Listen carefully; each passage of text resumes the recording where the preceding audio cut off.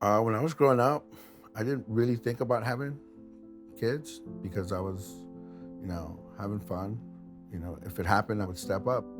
When I met Kim, I received a friend's request on MySpace. So accepted the friend's request and we started talking. He asked if we wanted to come over, and she was like, "Okay, I'm coming over with all my kids." And he said, "Okay." It was good. It was a beautiful time. It was really kind of awkward at first because we were just at this random guy's house. And then we went to this little park down the street and we spent like a few hours there and it kind of felt normal, which was really abnormal because life with my mom was very abnormal. There was always problems with my mom. Growing up, she was not the best. When I got married with her, it's like for better or for worse. So I always thought in my mind, God's going to work at his pace, at his time. It was hard, but I specifically remember one time where it's just so bad. I knew there was a lot of cheating, there was drugs. I had no clue about the abuse, none. He didn't know what happened when he left. If the police didn't get involved when they did that night, we were just gonna go on our own and leave. I got a phone call from the Long Beach Police Department asking me that if social services gets a hold of me, would I take the kids? And I was like, of course. Of course I'll take the kids. They're great kids. There was no way I was gonna let these kids get broken up. They're really good kids. A month after that, where I was staying in Santa Monica, I was asked to leave because there was not enough room.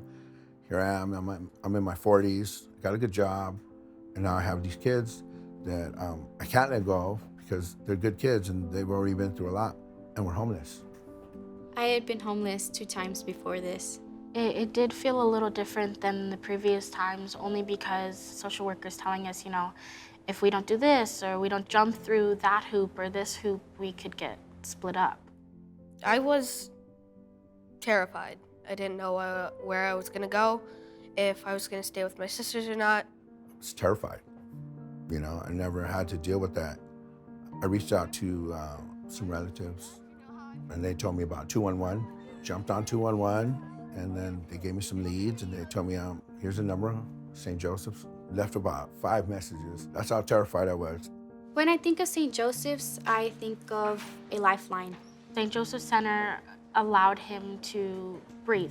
He had people here at St. Joseph Center like Maya to really back him up and to write letters to our social workers and the judges and tell them, we're doing everything we can and don't take these kids away from their dad.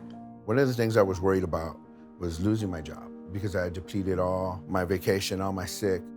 I don't want people to know my business or even feel sorry for me, but I was at that point where I was worried. St. Joseph's gave us some vouchers and put us up at this really nice motel. There was always a phone call. Hey, Javier, I got these leads for these apartments. Of course, they knew about my credit was ruined because of my relationship, but they said they would help financially to get us into a place and they would help us until we got on our feet.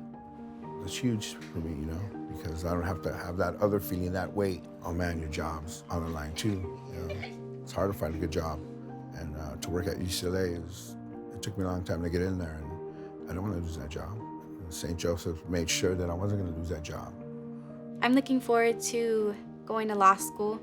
I want to become a lawyer for children who have the same situation as me or had the same situation as me. I don't want to end up like my mom.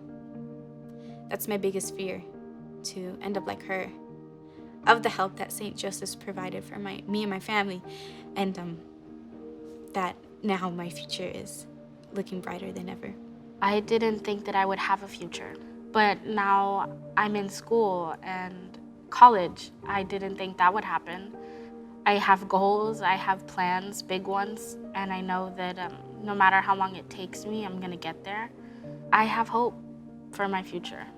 I think St. Joseph's is a great place, not just because I've been through it, but because I lived it and they've helped. I wouldn't know what I would do without St. Joseph's. I mean, it's a godsend.